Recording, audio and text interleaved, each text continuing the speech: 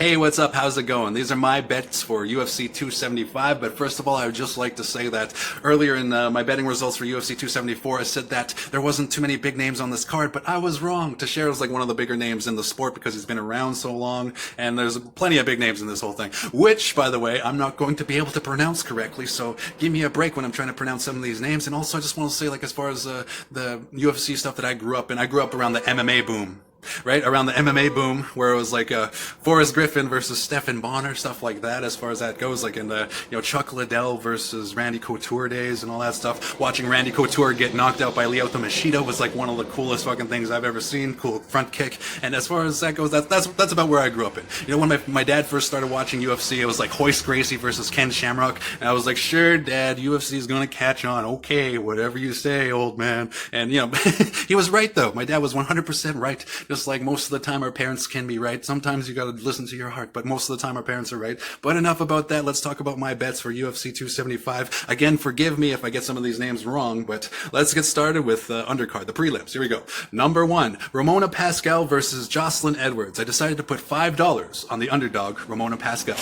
Now, number 2, when it comes to Ling Na versus Silvana Gomez-Juarez, I decided to put $5 on Silvana Gomez-Juarez.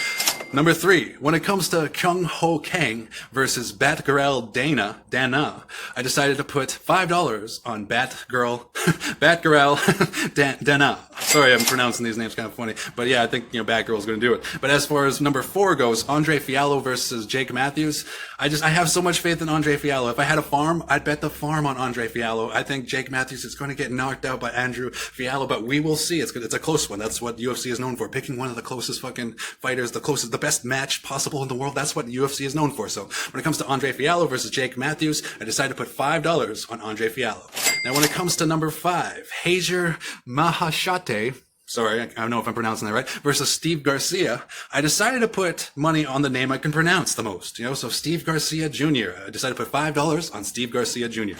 Now when it comes to number 6, Joshua Kulabio versus Seung Woo Choi, I decided to put $5 on the favorite, Seung Woo Choi.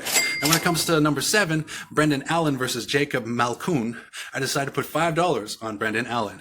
Playing it pretty conservatively as far as that goes. Most of them are favorites. I only picked 3 underdogs this time around, but we'll see what happens, you know what I mean? Just because someone's the favorite and someone's the underdog, that doesn't mean anything at all. That really doesn't mean anything at all. It could mean that somebody from their home country decided to put like a couple $1 million on a specific fighter, and that affected the entire betting curve in regards to sports bookies and all that stuff goes. But anyways, let's get to the main card. The first fight on the main card, we got Jack Della Maddalena versus Ramazan Ameev. I decided to put $5 on the favorite, Ramazan Ameev. When it comes to fight number 2 on the main card, Rogerio Bontorin versus Manel Cape. I'm a big Bontorin fan. Like, I've seen Bontorin fight, and I just think he's a really good fighter. So I decided to put $7.50 on Rogerio Bontorin. Good luck, Rogerio. And then when it comes to Joanna Jędrzejczyk versus Zhang Wei Li, even though I saw the first one and like Joanna Jędrzejczyk's like forehead looked like, it made her look like a fucking alien, no offense as far as that goes, but Zhang Weili totally dominated that fight as far as that goes. Even though that happened, just, I'm a Joanna fan, and I hope that Joanna wins that fight, so I decided to put $7.50 on the underdog, Joanna Jędrzejczyk, to win. Now, when it comes to fight number 4, the co-main event, which is Valentina Shevchenko versus Talia Santos, I almost didn't want to bet money on this because, Valentina Shevchenko is such a favorite that I barely get anything back when I bet my money on it anyway, so it's kind of like a high-risk, very low-reward kind of bet. But, I'm a gambler. I love to win. That's what I do. Real gamblers love to win. They say real gamblers love to lose, but I love to win. When it comes to Valentino Shevchenko versus Talia Santos, I decided to put $10 on the favorite, Valentina Shevchenko.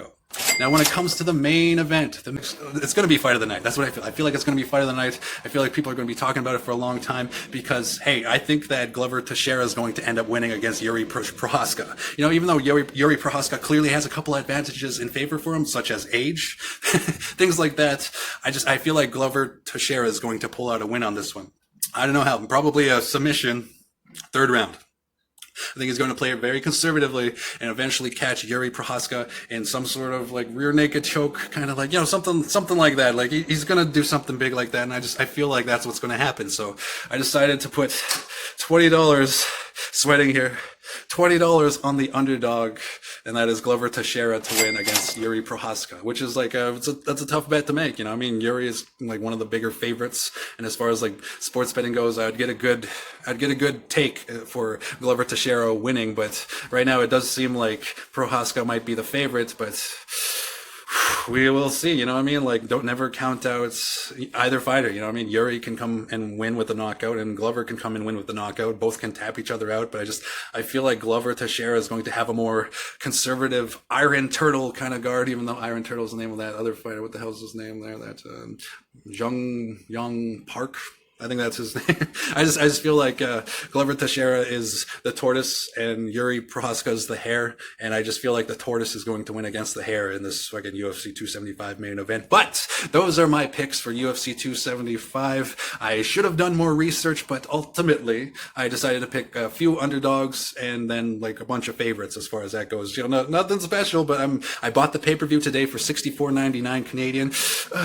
And, you know, it's going to be great. I asked UFC Fight Pass for a promo code so I can get a discount. They said, go fuck yourself. Thank you for watching. But ultimately, I am going to enjoy myself on fight night. I'm going to buy myself case of beer, and I'm going to live stream my reaction towards it. So I'll have a beer each fight. That's like, how many fights we got here? 1, 2, 3, 4, 5, 6, 7, 8, 9, 10, 11, 12. That's like 12 beers, man. Actually, I'll save my, my live reaction for the main event. So I'll be streaming my live reaction on this channel as far as that goes. But I hope that Glover wins, and I hope that Joanna gets some redemption and beats up Zhang Wei Li this time. But we saw what happened the first time. You know, the decision went to Zhang Wei Li.